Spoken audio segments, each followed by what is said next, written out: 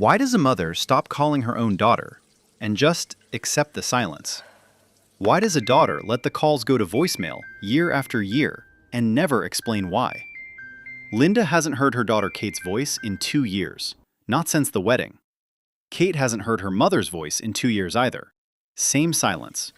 Two completely different reasons for it. Somewhere in America right now, someone is living exactly what Linda and Kate are living.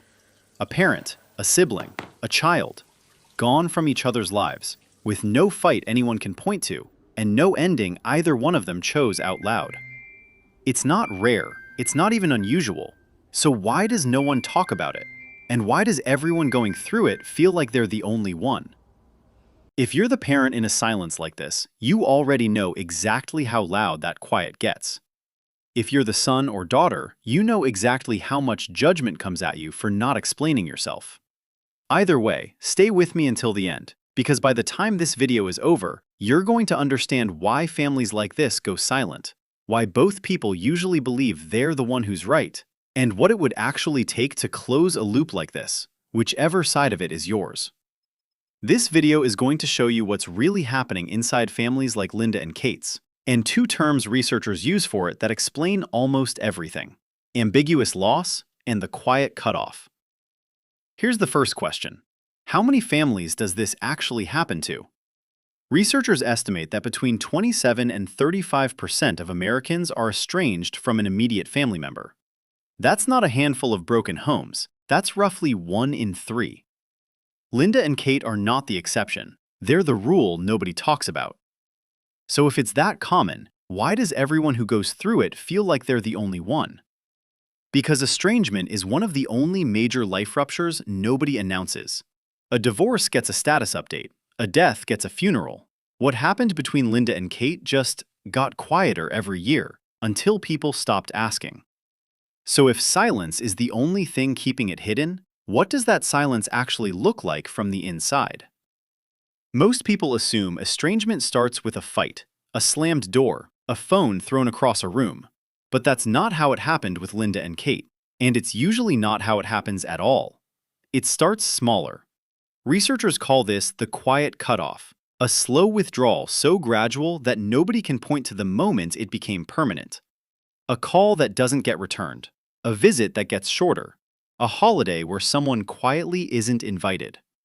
For Linda, it was Kate's calls going from every Sunday to every other Sunday to "I'll call you back" that never came.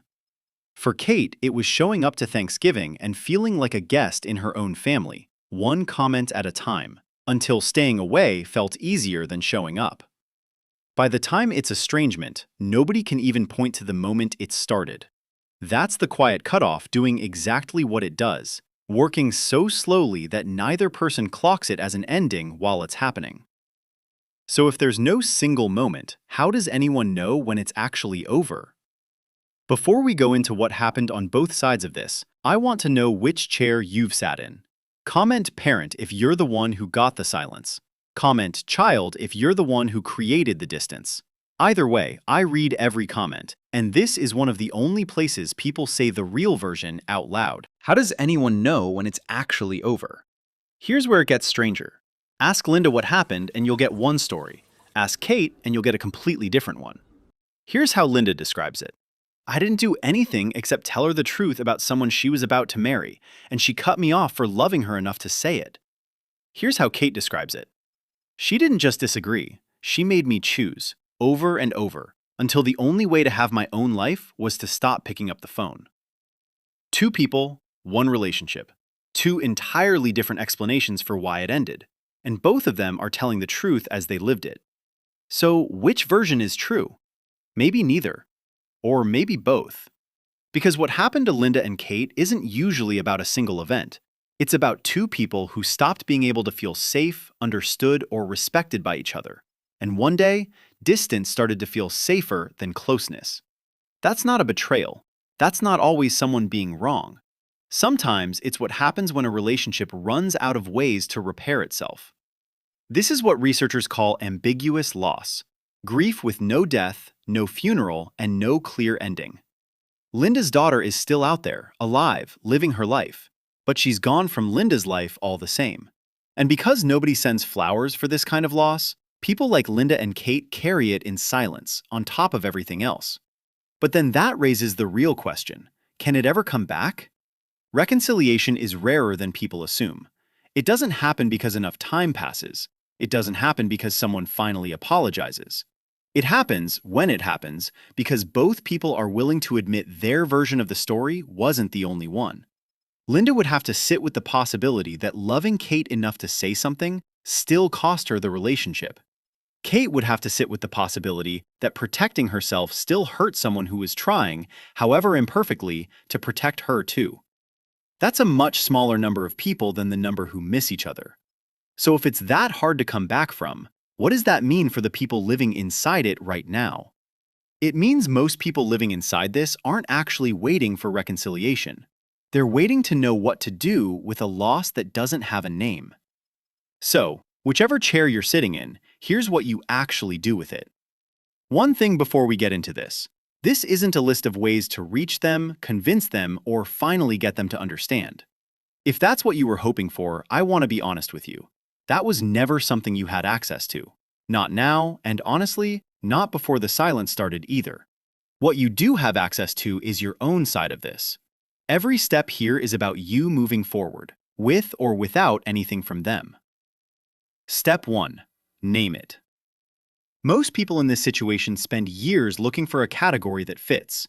Was it a fight? A falling out? Something they did? Ambiguous loss doesn't fit any of those boxes, and that's exactly why it's so hard to grieve. Naming it, out loud, to yourself, to a therapist, to one trusted person, is what lets you start grieving something real, instead of chasing an explanation that may never come. Step 2.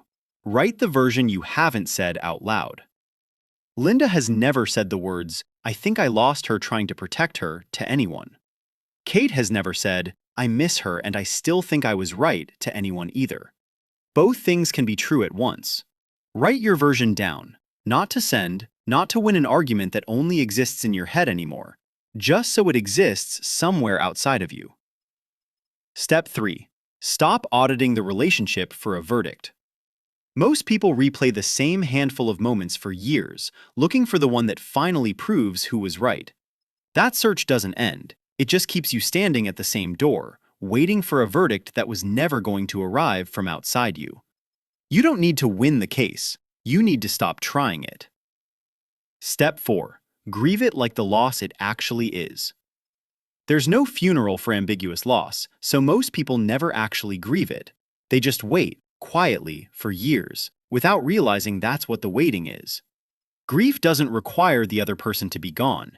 It just requires you to admit that something real ended, even if they're still out there, alive, living a life you're no longer part of. Give yourself permission to mourn that, not as a step toward getting them back, but as the thing that actually lets you stop being stuck. Step 5. Learn where disagreement ends and disrespect begins. A lot of what fuels estrangement isn't really about the original disagreement at all. It's two people who never learned how to communicate clearly and who couldn't accept that someone they love might see something differently without it meaning betrayal. Someone disagreeing with you, holding a different opinion, or making a choice you wouldn't make doesn't automatically mean they disrespect you, and it doesn't mean they're being abusive toward you either. Treating ordinary disagreement as if it were an attack is one of the quiet ways a relationship runs out of road. Here's the part that's actually yours to work on: your own ability to say what you mean clearly and to tolerate someone else's different view without needing it to collapse into agreement. If the other person can't tell the difference between "I disagree with you" and "you're hurting me," that's genuinely not something you can fix for them. That's theirs to realize, if they ever do. You may not fix this by tomorrow. You may not fix it at all. That was never something either one of you fully controlled. But you know something now that you didn't 12 minutes ago. What's actually happening underneath the silence, and one real step forward that belongs entirely to you, whichever side of it you're standing on. A parent who doesn't know why the calls stopped. A sibling who hasn't been invited in years. A son or daughter who isn't sure if reaching out would help or make it worse. Linda still sets 2 coffee cups down out of habit some mornings before she remembers. Kate still starts typing a text some nights before she talks herself out of sending it. Neither one has said the words out loud, to the other or to anyone. That's the quiet cutoff. That's ambiguous loss. And it's happening in more houses than anyone admits. Estrangement doesn't happen because people stop loving each other. It happens because somewhere along the way, love stopped feeling safe enough to keep showing up for. If this helped you understand something you're living or someone you love is living, subscribe. This channel is built entirely around figuring out why people do the things they do. And if someone in your life needs to hear this today, send it to them. I'll see you in the next one.